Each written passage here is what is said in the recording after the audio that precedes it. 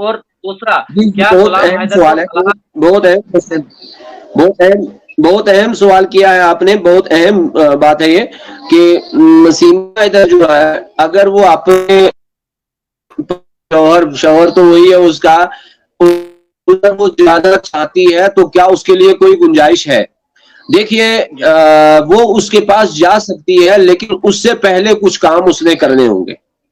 یعنی اس کے جی پاس جا سکتی ہے, اس سے پہلے کچھ کام کرنے ہوں گے. سب سے پہلے جتنے بھی جرائم اس نے کیے ہیں آج میڈیا میں, آج تو میں کہتا ہوں کہ لوگ تو سپنے بھی اس کے ہی دیکھ رہے ہوں گے, لوگ تو خواب بھی اس بالکل کے ہی دیکھ رہے ہوں گے, کہتے ہوں گے کہ اس نے ایسا کیوں کیا. کئی لڑکیاں اسے گم رہی ہیں. ہم نہیں کہتے ہیں کہ صرف مسلم کی لڑکیاں نہیں, بلکہ کسی بھی مذہب کی لڑکی ہے وہ مسلم, جیسے پہلے میں نے کہا کہ لڑکی ہو مسلم کی ہو غیر مسلم کی ہو کسی کی بھی ہو, لڑکی ہے. کئی لڑکیاں آج تیاریاں کر رہی ہوں گی کہ ہم بھی ایسا کریں گی, ہو سکتا ہے نا بالکل ایسا. لہذا اس کو سب سے پہلے سر عام اعلانی کرنا ہے, جانا ہے مجھ سے یہ غلطی ہوئی ہے اور اس غلطی کا ازالہ کرنا ہے. سب سے پہلے جو اس نے غلطی کی ہے, پھر اس کے بعد وہ اپنے پتی کے پاس, اپنے شوہر کے پاس جا سکتی ہے. اور جب وہ شوہر کے پاس جائے تو اس کو تجدید نکاح لازم ہے, تجدید ایمان لازم ہے, اور پھر اس کے بعد وہ اس کے ساتھ زندگی گزار سکتی ہے. یہ اس کے لیے شرعی حکم ہے, اسلام کا حکم ہے, اس کی وضاحت موجود ہے. رضوی صاحب, ایک ضروری سوال یہاں پر کرنا چاہوں گا. اس طرح یہاں پر ایک سوال, بڑا سوال جی اٹھا جی کہ فرمائیے. غلام حیدر فیملی کے لیے, یہاں پر ایک بہت بڑا سوال نکل کر آیا ہے. جس طرح آپ نے کہا کہ غلام حیدر اپنی فیملی کے لیے جو ہے ودیش جو ہے پیسہ کمانے کے لیے گئے تھے, مال اور دولت کمانا چاہتے تھے. آپ نے گھر کے جو فرائض تھے وہ انہوں نے بخوبی سے نہیں نبھائے, کہ شاید سیما نے اس طرح کا کوئی قدم اٹھایا. اب بات ہم کرتے ہیں ڈسٹرکٹ ڈوڈا کی. ہم پہاڑی ایریا میں مبتلا ہے, یہاں پر بہت سارے لوگ جو ہیں لیبر طبقے کے ساتھ تعلق رکھتے ہیں, اور اکثر ہر سال لداخ یا ہماچل پردیش کا رخ کرتے ہیں, اور 8-8 9 مہینوں تک وہ لداخ یا ہماچل پردیش میں کام کرتے ہیں اور اپنی فیملی کے لیے پیسہ کماتے ہیں. آپ مجھے بتائیے کہ اسلام کے اندر کتنی اجازت دی گئی ہے, کتنی دیر تک اپنا ایک شوہر جو ہے وائف سے جو ہے دور رہ سکتا ہے, زیادہ سے زیادہ اور بہت کم سے کم؟ بہت اہم کوشچن ہے یہ, بہت اہم کوشچن ہے. ایک شوہر جو یہاں تک اسلامی تحقیق ہے, اس تحقیق کا جو تحقیقی فتویٰ ہے, تحقیقی فتویٰ ہی کہہ دوں تو